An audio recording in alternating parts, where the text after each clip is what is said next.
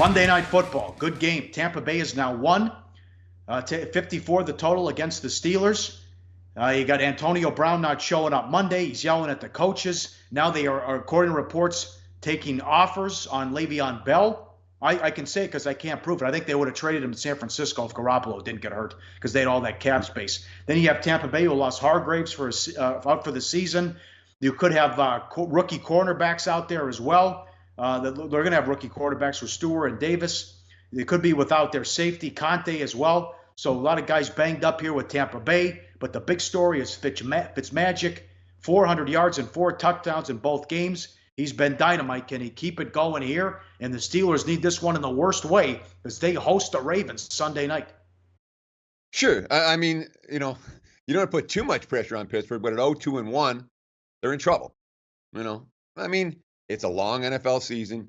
Teams can and do come back from slow starts, but make no mistake about it. If you talk about who this game means more to, I think it means more to the Steelers. That being said, the Bucs go 3-0. It's a whole different story about how we think about Tampa Bay. So I wouldn't underestimate what the Bucs have been able to accomplish thus far. But I want to get this graphic up there, and I know we can't show it live, but you're looking at the clip, you're going to see this graphic with the Steelers on the road. This is since the middle of 2016.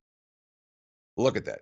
Win. The one loss at New England in the playoffs, the other loss at the Bears early on in 2017. You remember that game that were thrown at the end zone in the final minute. There's not a lot of losses. The veteran team has absolutely taken care of business.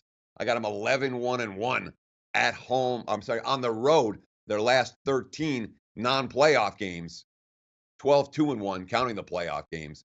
That's an impressive track record for the Steelers, but all that's rearview mirror stuff now. The only road game this year at Cleveland. Of course, they did lead that game by 2 touchdowns in the fourth quarter in the rain before everything fell apart. But the question we got to ask about this Steelers team, and I know that the off-field issues have been significant. They will get Joe Hayden back tonight at the cornerback position. That matters. But on the offensive line, David DeCastro out. Marcus Gilbert, very questionable. Not sure he's going to play. Can Big Ben survive without 2 of his key guys protecting him? And can James Conner continue to run the football? Of course, he didn't really run the football at all against KC. Just 8 carries for 17 yards after the Steelers fell behind early. Oh, here you go. I mean, here's a total of 54. What do you think? Well, I mean, when you talk about the injuries, significant injuries. Brett Grimes out, as you mentioned, for Tampa. Vernon Hargraves on IR. So you talk about a couple of rookie cornerbacks.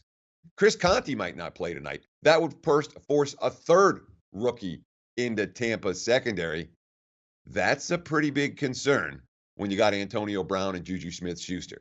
I know that last week the Chiefs doubled Brown, and he was obviously frustrated by it. He didn't get the that he normally has. But, of course, we got home run ability on the other side with Deshaun Jackson.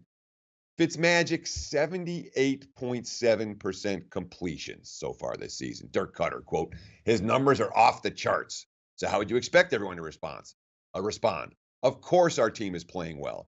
They're doing something not many thought they could. We have a good locker room of guys believing each other right now. So any player that's playing well and backing it up with his play, I don't trust Fitzpatrick to do this forever, but we saw a lot of weakness from that Steelers secondary last week. If I'm playing this game total-wise, I could only look over, but the market's got there before me, man. This game opened 50-51. Now we're looking at 54s out there.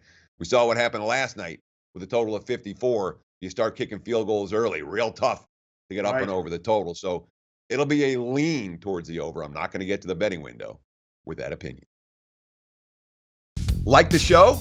Help us keep the lights on. Please make sure to comment, share, and subscribe to all the Sportsbook Review videos. Thanks so much. Best of luck. Enjoy the games.